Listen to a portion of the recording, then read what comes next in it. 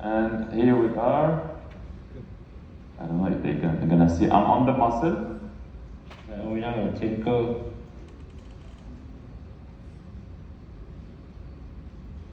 I now can do my hydrodissection with the tumescent. I pull the gland to make sure I am in the right plane.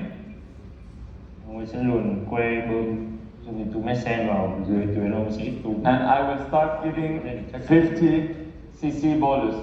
I want you to look at this is my breast, I'm infiltrating now, and it should show Mọi người hãy quan sát that it is expanding if I am at the right plane. If I am in the retroglandular space above the muscle, there should be nice homogeneous expansion. Thì theo ông ý, mỗi bên bơm 50cc, hai bơm 50cc và có thể thấy khoang ngực bên phải đang phồng lên, và như thế chứng tỏ mình đang ở trong đúng khoang cần bong tách.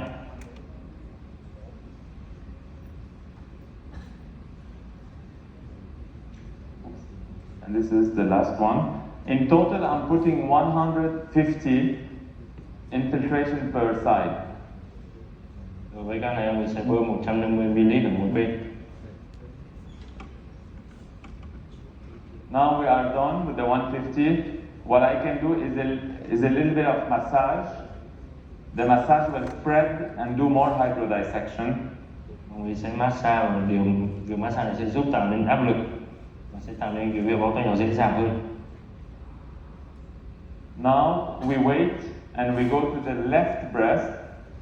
Và bên đây chúng ta sẽ chờ và sẽ tiếp tục sang với ngực bên trái.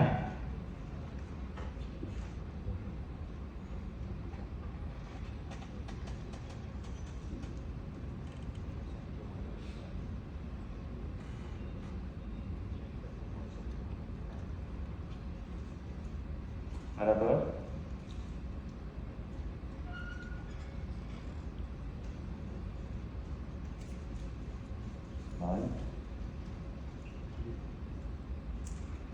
And now I have identified the muscle. When I see the fascia, I can now start infiltrating under direct vision. Can you please? Khi ông ấy đã thấy được cân cơ thành ngực lớn, ông ấy có thể bắt đầu vào. So this is why I insist, always do the incision, don't do the blind infiltration. The plane is not easy to do blindly without looking. Đó là đừng nên làm cách mù mà hãy nhìn thấy rõ lớp rồi hãy tiêm cho vị tê và bong tách. In some patients, the muscle is lower, the rib cage is lower, and we think we are in the above the muscle, we are actually in the gland, and sometimes it's the opposite. We can go inside the muscle. Ở một số ca thì về vị trí giải phẫu của cơ ngực lớn ở phía dưới. Nên nhiều khi chúng ta tưởng mình đang bơm vào đúng khoang, nhưng mà thực chất là đang bơm vào khoang ở trong tuyến. Now, in the case we are intramuscular, we will not see expansion because the tumescent will stay inside the muscle. Trong trường hợp mà chúng ta bơm vào khoang dưới cơ thì chúng ta sẽ không thấy được sự phồng lên của thành ngực, vì dung dịch tumescent này không thể nào làm phồng được ở vị trí ở dưới cơ ngực lớn. Now we finished the tumescent on both sides. It's time to start what we call channel separation. Bây giờ chúng ta đã tê xong một dung dịch hai bên, bây giờ sẽ tiếp tục bước đến sang bước tiếp theo. Đây là dụng cụ sẽ dùng để bóc tách.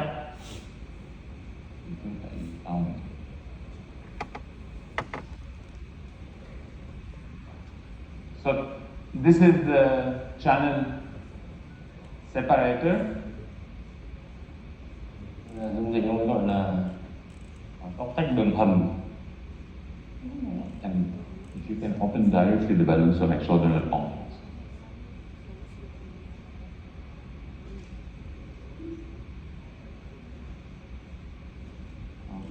So this is a channel separator, single use. This is the one that we will use to go inside and open the channel. We are now going to open the balloon, the inflatable balloon. Mình sẽ dùng que 5 cây để tạo thành đường hầm, và đây là dụng cụ để bơm kích thước bóng.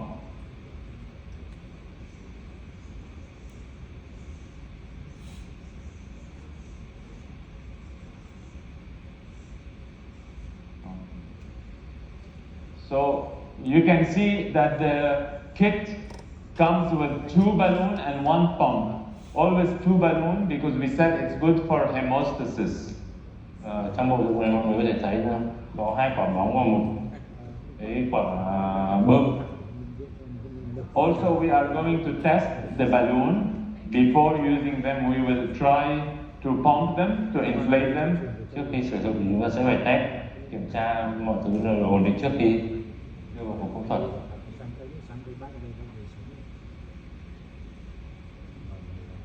This is what the assistant is doing. She is inflating to the maximum, and we look at the balloon.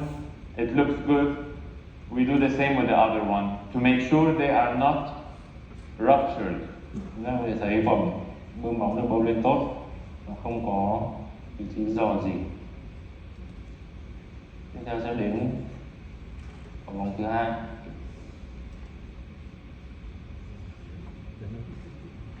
This is the second test, second balloon. It looks good.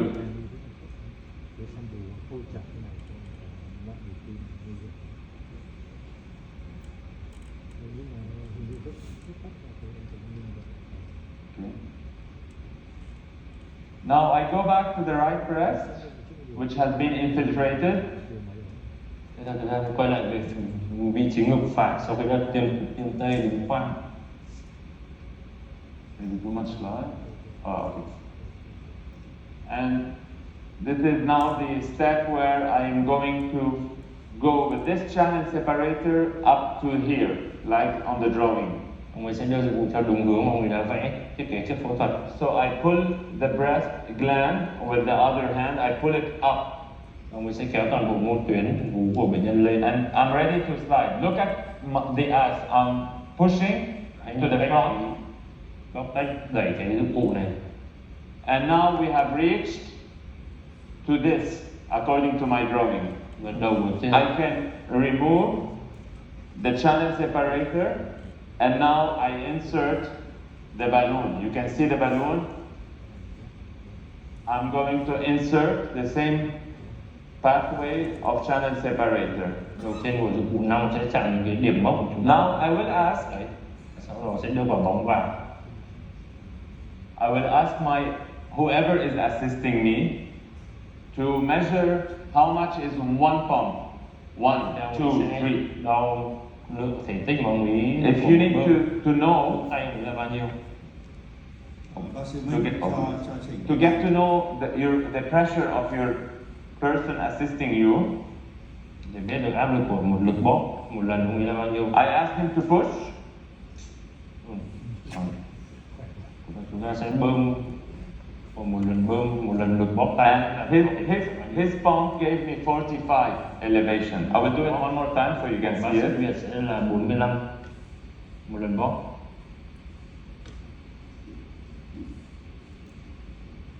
And I look, it's 45. So as a strong man, 45 is good.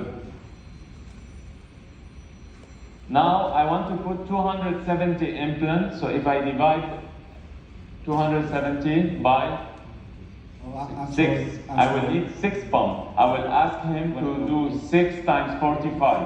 Bình nghe được Chúng là không? 270 sẽ cần 6 lần bóp. Có sự Bình nghe được không?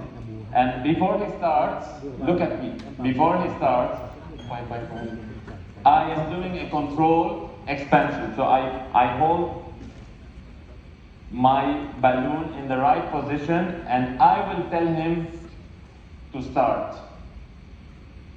Now I'm ready. You can give me 6 pumps. 1, 2, 3, 4, 5, 6. And we stop. And we keep that balloon, very important, we keep it in place because we are going to do the other side now. Same thing, I pull the gland. Tiếp tục sang bên ngực trái, kéo hết mô tuyến vú. Have you noticed I'm still working from the same position? And I push. Bóp tách. Giới hạn sẽ đạt vào điểm mốc mà chúng ta đã vẽ ở trước phẫu thuật.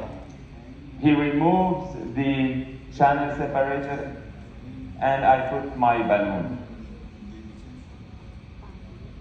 Now I can also pump the balloon 6 times because it's the same implant size.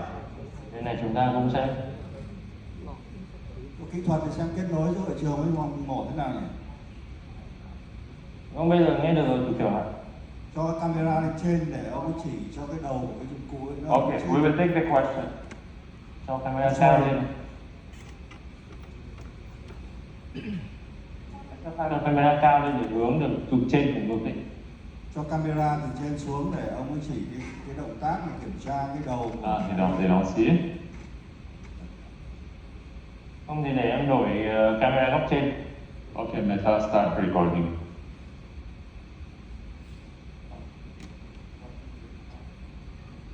Okay, so Sorry. Mình nói với ông ấy là Yeah.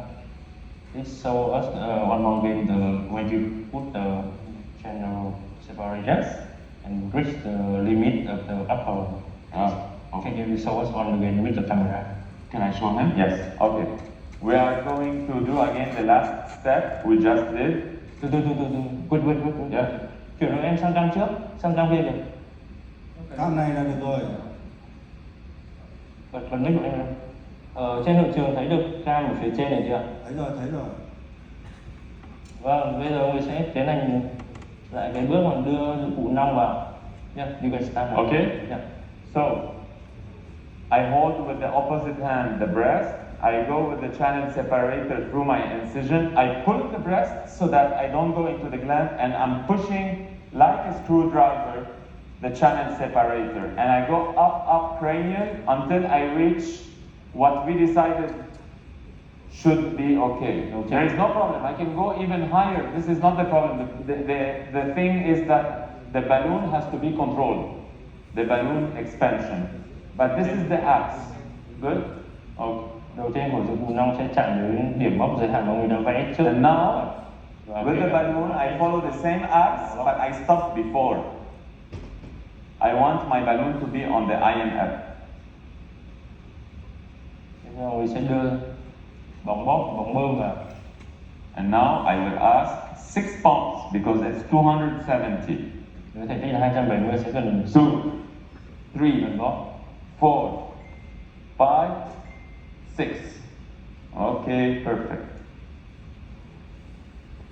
Now we did the balloon expansion. The next step is to get the implant into the sleeve so that we can deliver the implant. Chúng ta sẽ đợi thời gian.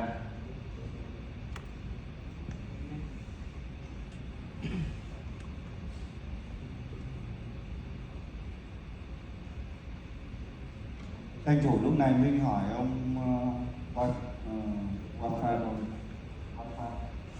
Dạ vâng. xem là ông em thiết kế và chọn túi là 210 cc.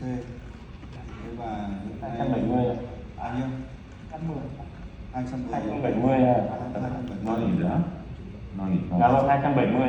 We don't do it because that's easy. 270, thế mà ông ấy bơm 6 cái Ông nó bơm remove đó, it, maybe. mỗi cái là No risk. 45 cc đúng không? I will after Dạ do vâng, đúng rồi. my thing. Tích bơm cái túi giãn đó là cũng là 270 à? Dạ vâng, đúng 270, ông sẽ lấy 270 chia cho lực bóp của một lần bóp của người phụ ông ấy ạ. Thế thì tức là cái góc tách của cái khoang bằng dụng cụ này là chỉ đúng bằng cái thể tích túi hay là có phần lớn hơn không? Dạ vâng, đúng rồi ạ. Để em hỏi. Thường sẽ là bằng luôn đối với các ca, ông sẽ bảo là bằng luôn.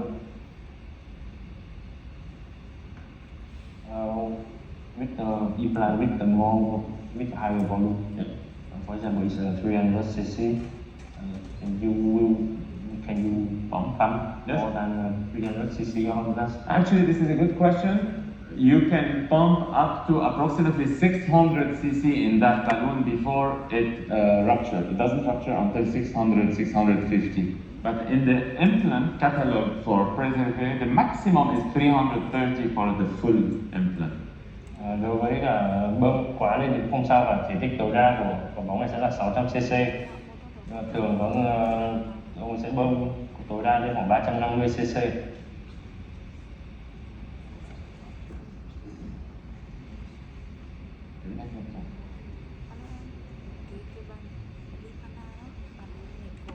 So now we are going to open the sleeve. Mình sẽ mở. This is the sleeve that comes with the preservative kit.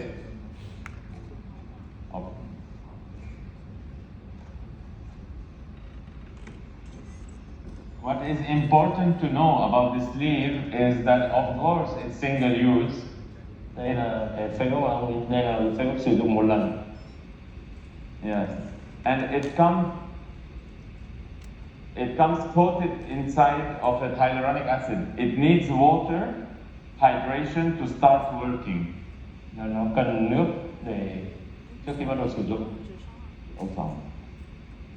And it has multiple opening at the funnel. I have to cut some of it depending on the implant I'm using. Dựa vào kích thước của mình, mình sẽ cắt đầu vào của. Since I'm using an implant above 250, I have to cut for a 3 cm opening. Đối với thể tích là dưới 400cc sẽ cắt đường rạch là đường cắt là 3 cm. Okay. And now it's time to hydrate. Mình sẽ đổ nước muối. Which one? Lúc nãy khi đường mổ như ông ấy đo có 2 cm thì cái túi này để... Hydrate it with normal saline. Dạ. Lúc nãy đường mổ ông ấy đo là 2 cm. 2 cm rưỡi. 2 cm rưỡi. Ok. Dạ vâng.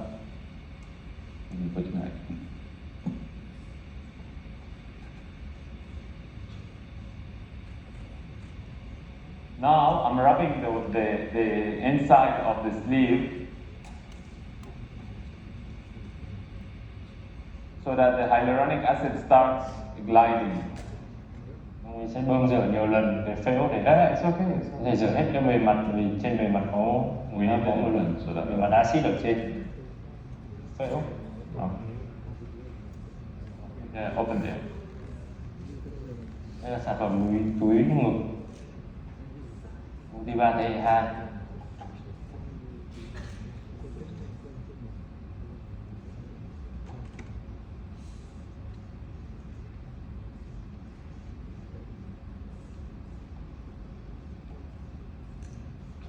Bác sĩ Minh xem cái túi này 270cc thì cái độ nhô trung bình demi nó thì cái Dạ vâng, để đường kính đáy là bao nhiêu và độ nhô bao nhiêu?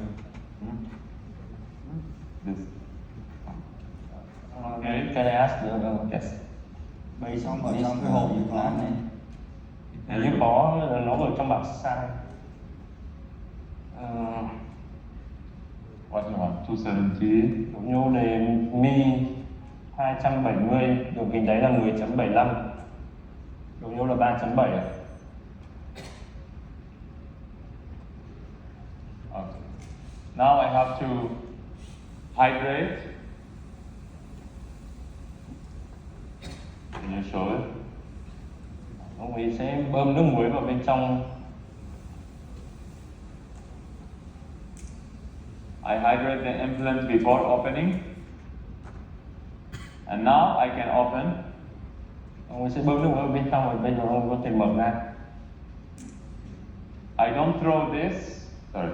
Ông ấy sẽ không vứt. I will hold the implant with it. Ông ấy sẽ dùng để cầm túi ngực lên. Yeah. Okay. And I put the implant in the correct orientation. Sẽ đưa túi ngực vào Top. theo đúng hướng. Bottom. Ở mặt trên và mặt dưới.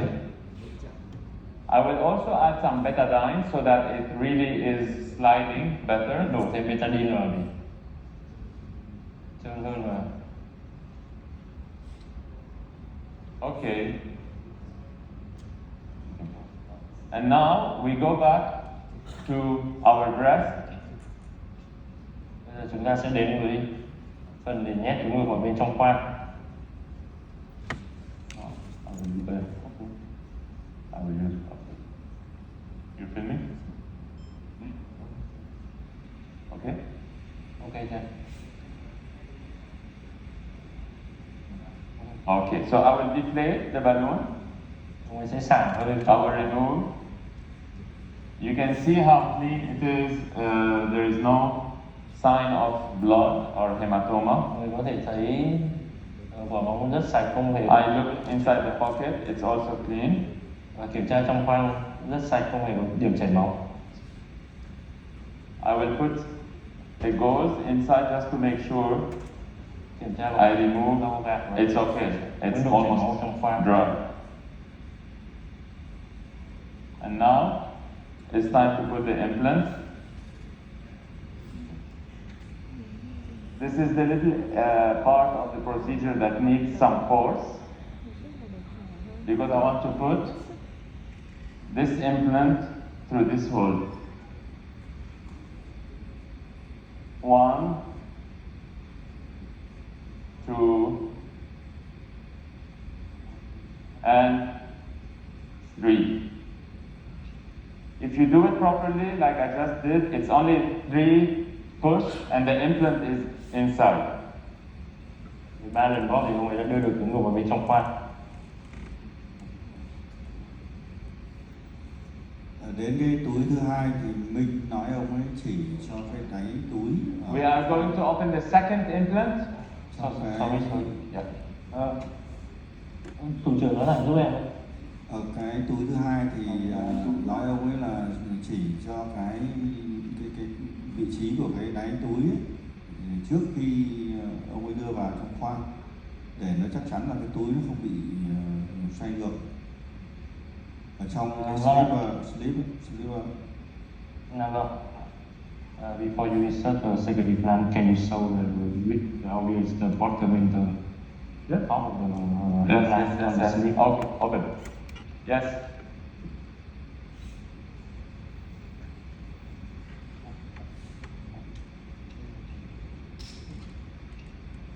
Đây là túi trước, túi thứ hai,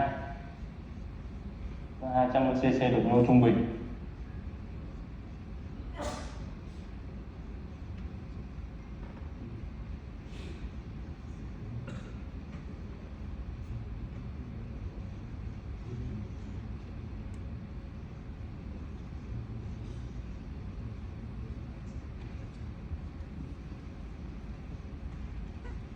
Okay.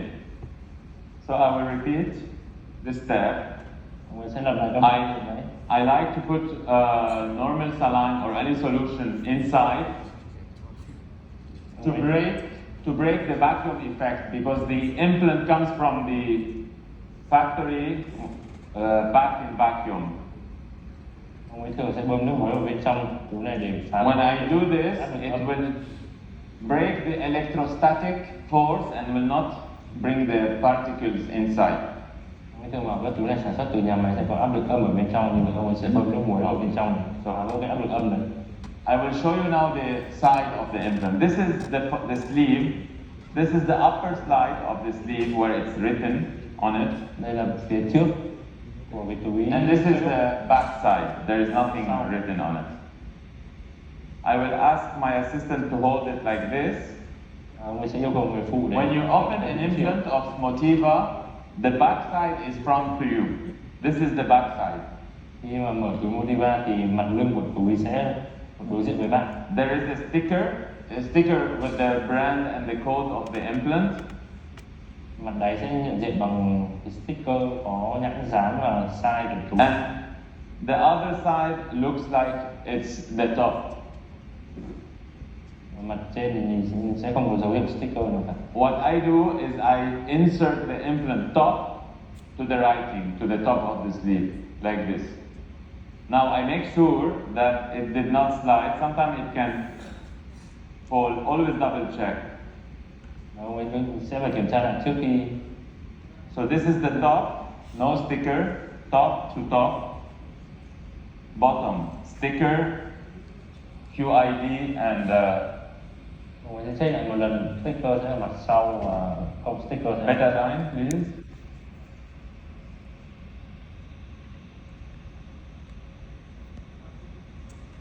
So I use betadine because some people like until now to put betadine in the implant. Although this is not the real reason, one of the reasons it helps me to slide easier, like you saw. It takes me 3 seconds to put the implant. Với thường với nó vì sở thích I là will deflate. dễ đưa implant vào trong khoang ngực hơn. Okay. You want to No, I'm going to this camera. I'm checking for it. Oh, I think this camera Maybe. is better. Yeah. Sure. Thì chuyển sang cam kia cho mình. Chuyển sang cam trên. Okay, that's Okay. I will deflate 1, 2, 3. Mình sẽ xả hơi ở trong I vỏ. will remove slowly the balloon. Look at the balloon. I will show you Nhìn kỹ vào quả bóng. how it's clean. You will show with that camera. I will show it to this camera. Ở trên camera mọi người có thể thấy quả bóng sẽ rất sạch và gần như không có. You see, this was inside the breast for 10 minutes, and it's clean, no blood, intact. Quả bóng này ở trong khoang ngực gần 10 phút và không có máu ở trên. Okay, I will put gauze inside the breast pocket and remove, Và chỉnh lại bằng and it's good. lau bằng gạc. Now it's time to put the implant.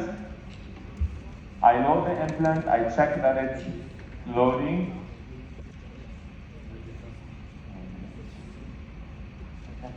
Okay. I will start inserting 1 Mọi người sẽ bắt đầu đưa vào cái 3 lần bóp. and 3. So it's that easy. Now, we took time to explain to you the step, but if you follow each step, there is no waiting. We don't need to wait for any step. And it takes, the total circuit takes 15 minutes. Nếu làm lần lượt và gần như là sẽ không có thời gian chờ, cuộc phẫu thuật sẽ kéo dài khoảng 15 phút.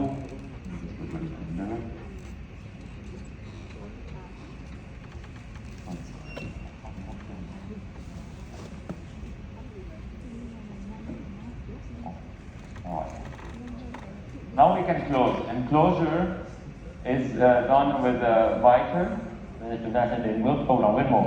2.0.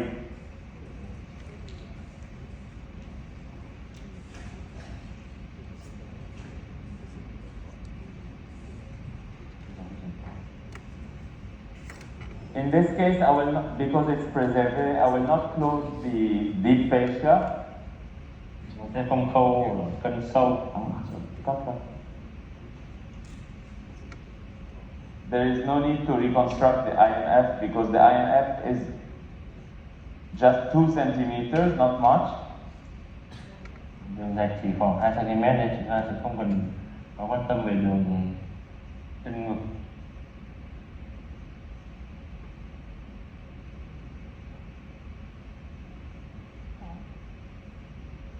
Okay. I will put 2 stitch for each IMF. Mỗi bên sẽ tô khoảng 20 lít sợi Vicodin. And the rest is just skin closure, the way Chỉ cần khâu đóng da bên ngoài. the way you want to usually do it. Okay. You can.